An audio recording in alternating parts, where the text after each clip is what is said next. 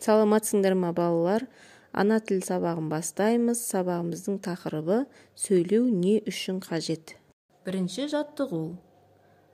Бірінші жаттығуда сурет берілген. Сол суретке мұқият қарап талдайық. Астында берілген мәтінді оқып шығамыз. Балалар, суретте кімдер және нелер бейнеленген? Дұрыс айтасыңдар. Балалар мен жан-жануарлар бейнеленген екен. Жер бетінде алуан түрлі тіршілік иелері бар. Солардың ішінде адам ғана сөйлей алады. Сөйлеу адамдардың бір-бірімен түсінісуі үшін қажет. Енді мына сұраққа жауап берейік. Сөйлеу не үшін керек? Дұрыс айтасыңдар, адамдар бір-бірімен қарым-қатынас жасау үшін керек екен. Біздің сөйлеуіміз тек қана айтудан тұрмайды. Біздің сөйлеуіміз тыңдау, айту, оқу және жазудан тұрады. Екінші жаттығу. Өлеңді түсініп оқы. Әр нәрсенің мәні бар. Әркімнің өз әні бар. Өз тілінде сөйлейді жердегі жан-жануар.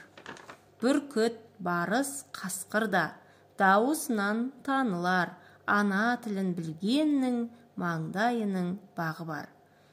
Өлеңнің авторы Несіпбек Айтұлы. Енді балалар, мына сұрақтарға жауап берейік. Өз тілінде сөйлейді дегенді қалай түсінесің? Жан-жануарлар сөйлей ала ма? Жан-жануарлар сөйлей алмайды. Ал мына өлеңде автор бүкіл жер бетіндегі жан-жануарлар өз тілдерінде сөйлесе алады. Олар сиыр мөңіреу арқылы, жылқы кісінеу, ит үру арқылы осы бір-бірінің өз тілдерінде дыбыстары арқылы бір-бірін түсінетінін айтқан. Үшінші жаттығу. Көркем жазу. Балалар, дәптерімізді ашып, бүгінгі күнді жазамыз. Дәптерімізді көлбей қойып, денемізді тік ұстап, көркем етіп, әріптің элементін салып жазамыз. Әлдиінен ананың, үйрен ана тіліңді. Төртінші жаттығу.